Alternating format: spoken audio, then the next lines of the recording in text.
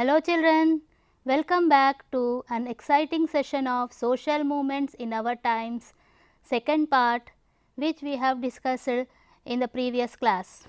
We are now going to discuss the second part of social movements in our times and more about the movements which have taken place in our country also. We have discussed that there were so many movements, social movements all over the world have taken place after the Second World War. But it was a time of prosperity, development and growth for most of the countries.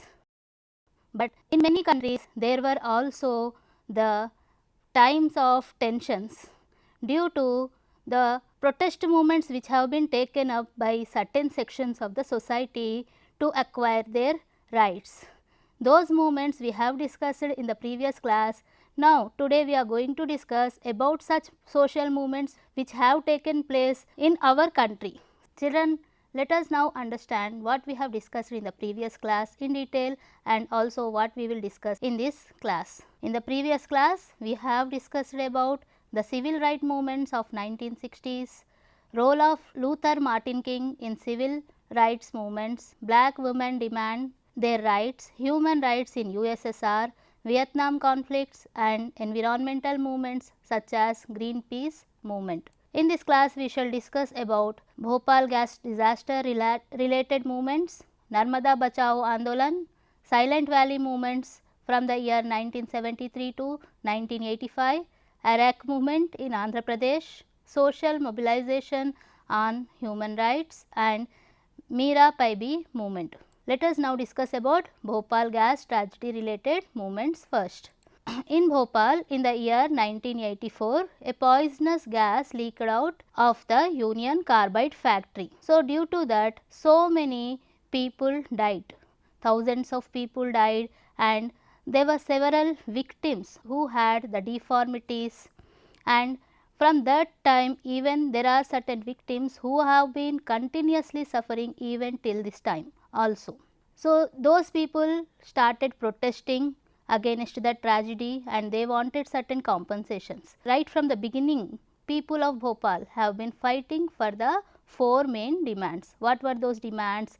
Proper medical treatment of the victims. They wanted proper medical treatment, the hospitalization charges and all for the victims. Adequate compensation based on international standards, as the company was a multinational company. So, it was a multinational company, it was named as Dow company later, and as it was an international company and a multinational company, they wanted the compensation as per the international standards, fixing responsibility for the disasters on management of the multinational company. They wanted to fix the responsibility and punish those people who have done the mistake of such a huge tragedy which has killed thousands of people, and also to take the steps to prevent such kind of disasters. So, what were the results of the people's protest or people's demand in Bhopal? There were no major achievements, they could not achieve major things. Let us see what are those. So, there were no major achievements in the sense victims were still suffering from its effects and compensation is still not paid as per the international standards, and that too it was not paid to all the affected people equally. There was no justice done and it also failed to prosecute and punish the management. So, though the protests were taken place, but still there were no steps taken to punish the management who has done that crime by the government, and they do not have adequate policy or mechanism to eliminate the possibility of such disasters in the future. So, there were no steps taken by the government or by the courts to stop such kind of disasters. There was no permanent solution that has come into existence to stop such kind of disasters. So, though there were demands, but the protests were not up to the mark successful. But what they have achieved, let us see. People today need to use international laws to fight against the problems that the factory workers and women face. So, many people across the globe boycotted the products made by the company and signed a petition against it. So, this protest went up to international level, and many people across the globe, they started boycotting, not using the products of the Dow company. Apart from that, multiple organizations from around the world also pointed out at unethical alliance of the Olympic body with Dow. So, the Olympic body, it has combined, it has merged with the Dow company, which was unethical, and many people protested for that issue also. Children, now let us see about the Narmada Bachao Andolan. Narmada Bachao Andolan also took place. Now children, let us see about Narmada Bachao Andolan, which also took place where the dam has to be constructed over the Narmada river at various places, and people protested it against the construction of the dams after they have realized that there is not going to be any development, overall development for every section of the society. Children, now let us see about Narmada Bachao Andolan. Movements against dams on Narmada river. Building of large multi-purpose dams was an integral part of India's development from 1950s. So, the government took up construction of dams at a large scale level, so that they felt that the construction of dams would control the floods, it will give huge water preservation is also possible, electricity can be generated. So, they felt it will give overall development to all the sections of the society. People also started dreaming.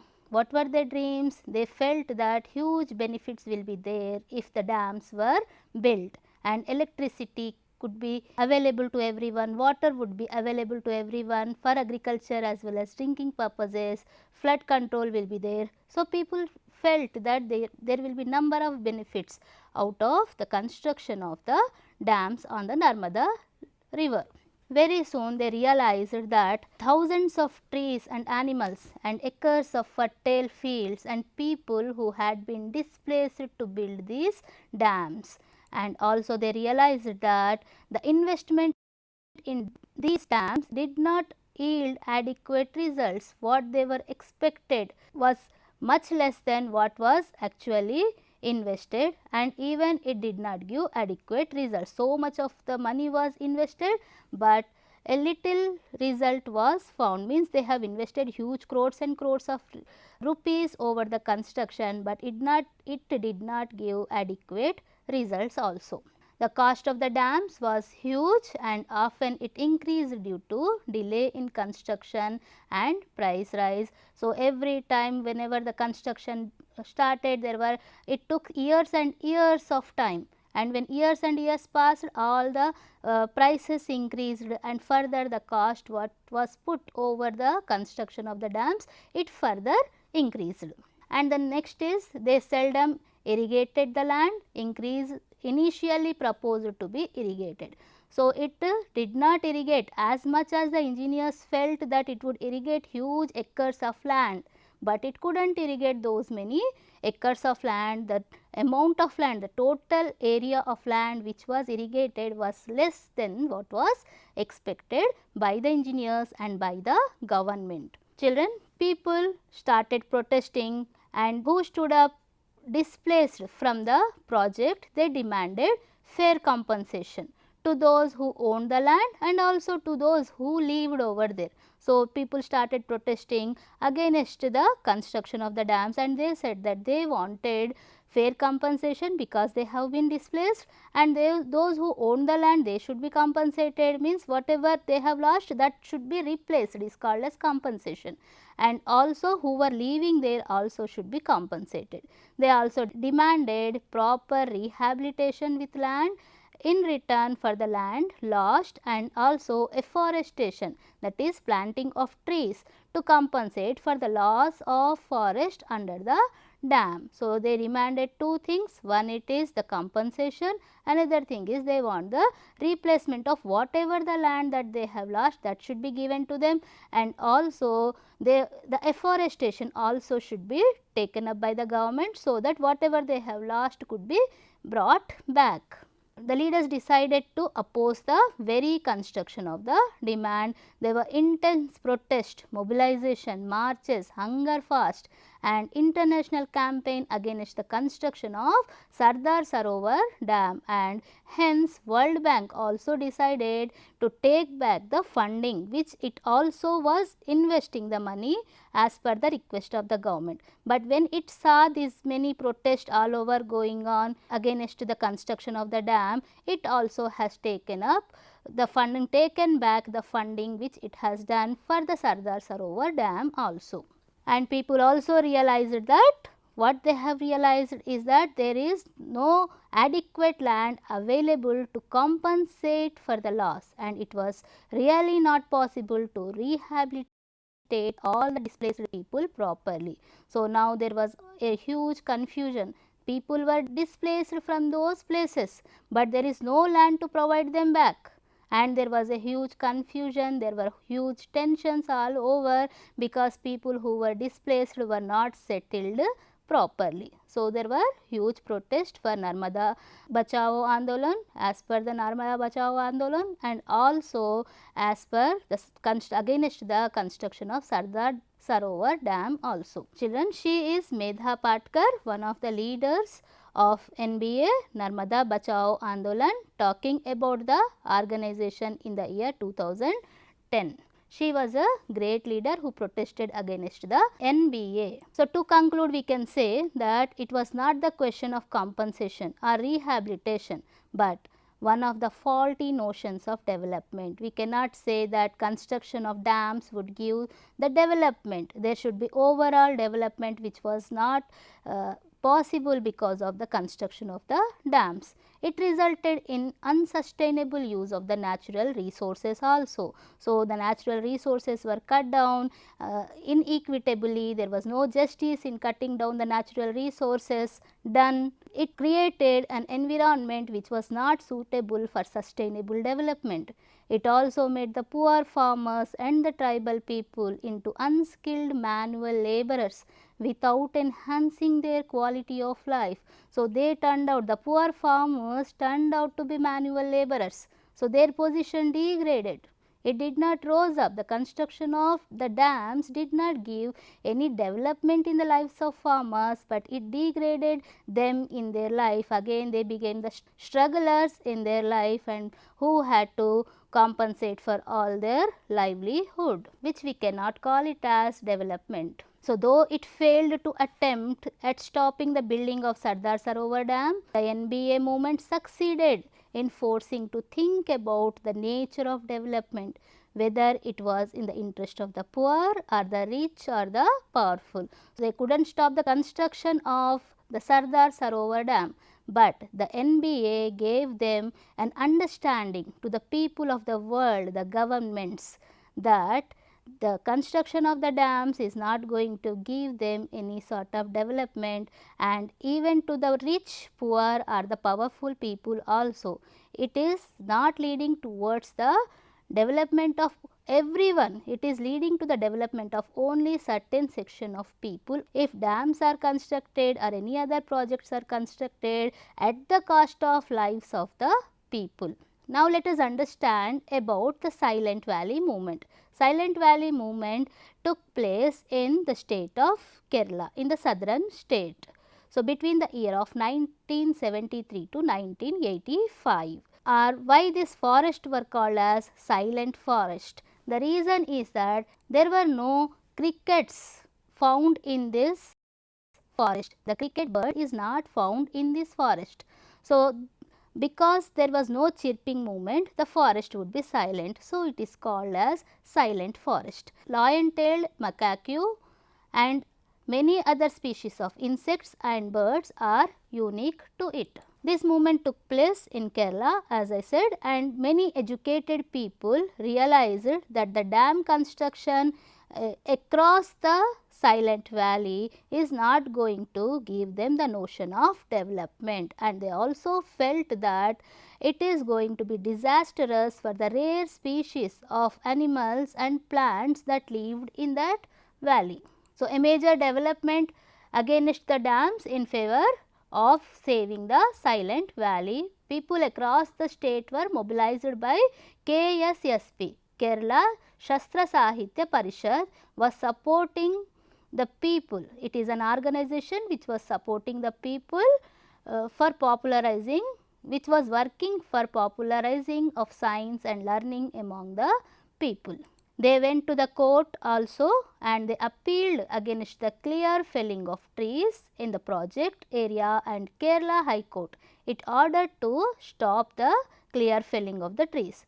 And in view of several protests and government finally decided, the government finally decided to give up the dam projects and convert the Silent Valley into the national park in the year 1985. So, it was a huge success. So, it was a success from the side of the Kerala people who succeeded by protesting for the Silent Valley, and they were successful. The court judgment has come that to convert that Silent Valley into a national park. Children, now let us go for studying about Anti-Arak movement which took place in combined Andhra Pradesh in the previous times. Arak is nothing but toddy, and women protesters, they were distressed, they were in distress, and they doesn't want their husbands or sons to go for drinking the toddy and still get into the depressed life, and they wanted to stop the consumption of toddy in their villages. This was a women's movement which took place. Anti-Arak movement, a women's movement in Andhra Pradesh. So, it demanded the end of toddy or arak.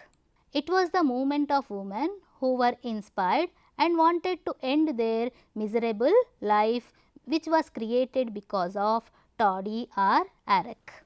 The victory was possible through education. These women attended the adult education earlier and they found a place to discuss their problems. They went for protesting against the consumption of toddy. After the protest by women across the state, arak was officially banned in October 1993 and total prohibition was imposed in the year 1995. So, who were these women?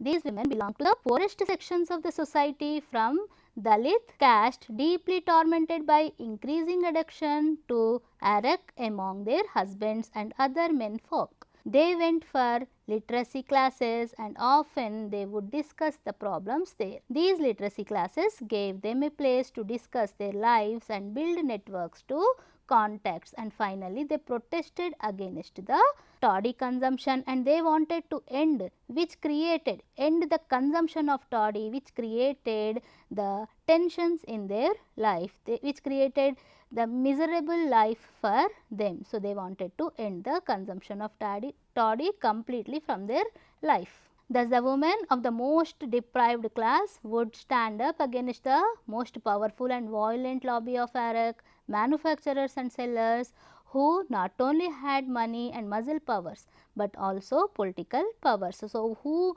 against whom these women were fighting? Against the powerful people. They were all, and still they were fighting against the powerful and educated society, but their literacy levels, as they have increased, and also they have the unity among them which gave them success.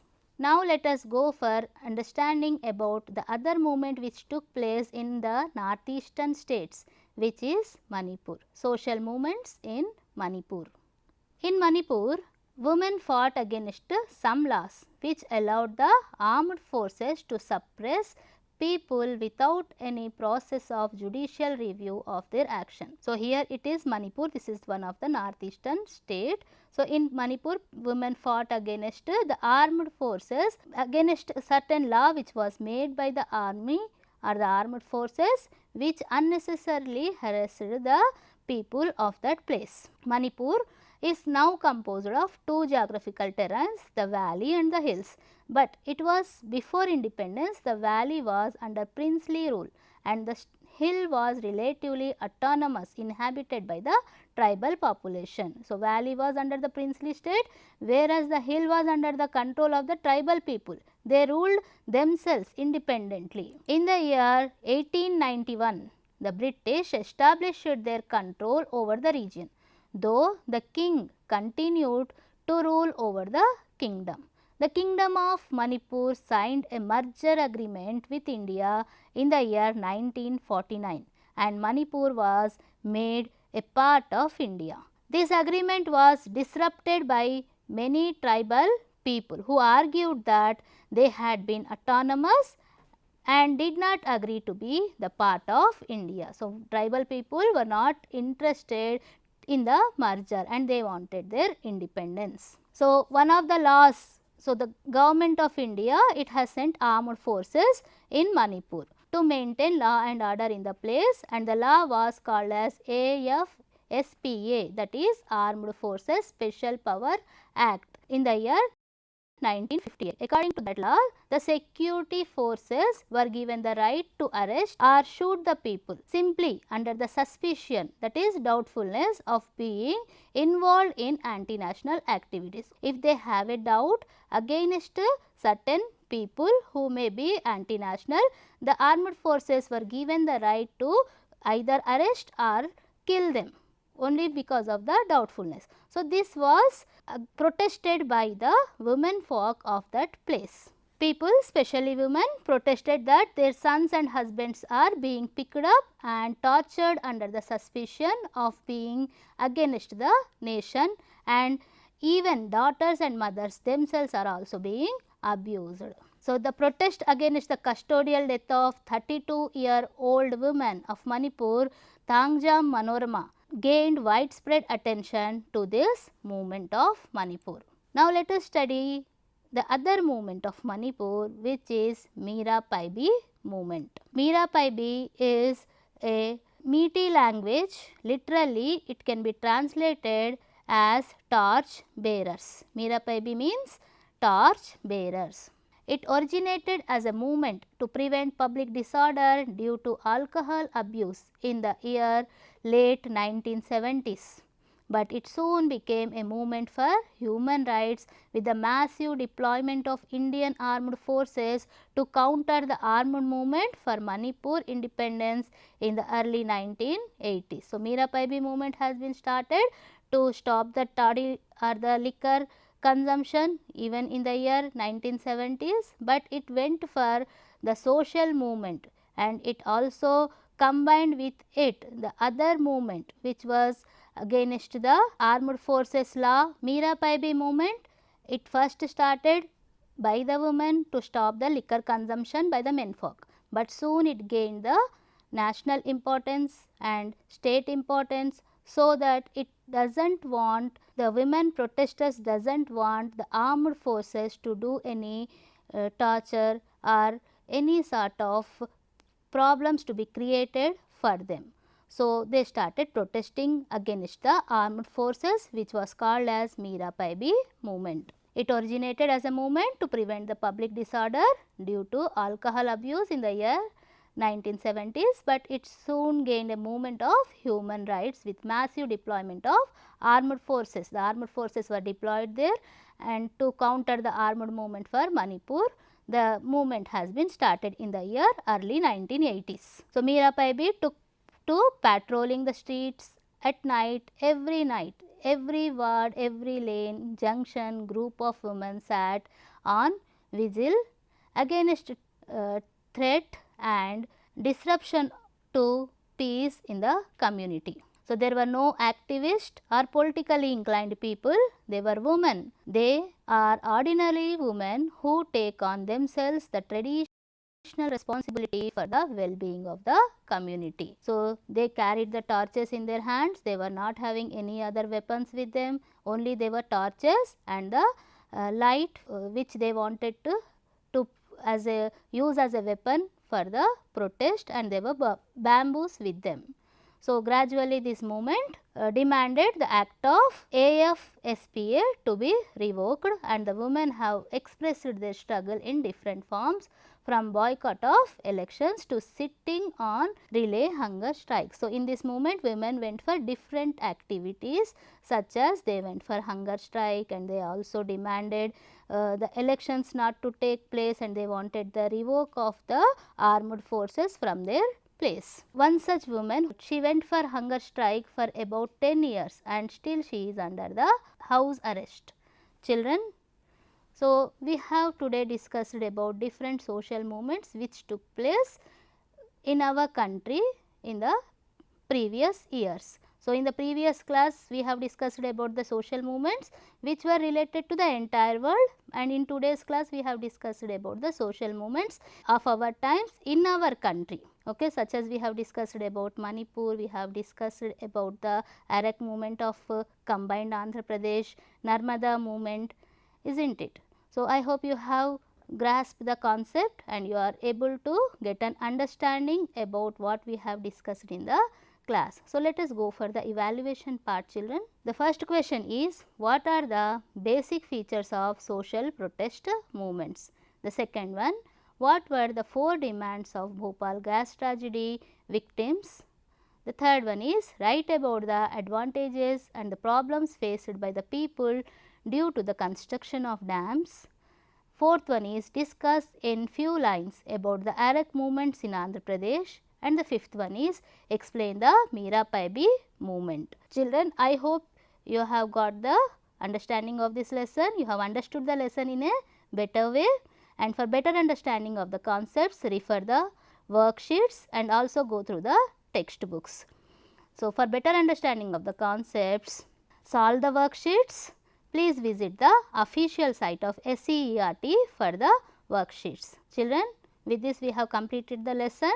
Let us meet in the next session. Until then, thank you, take care.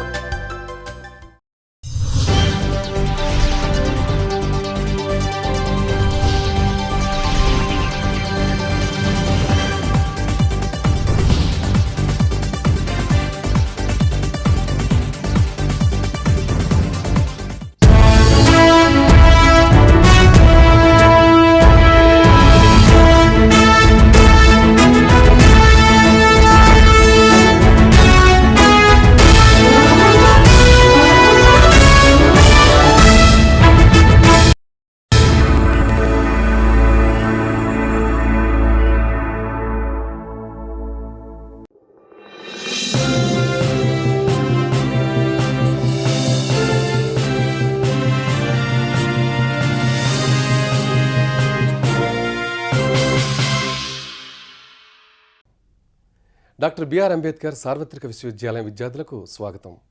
ఈ ప్రసారంలో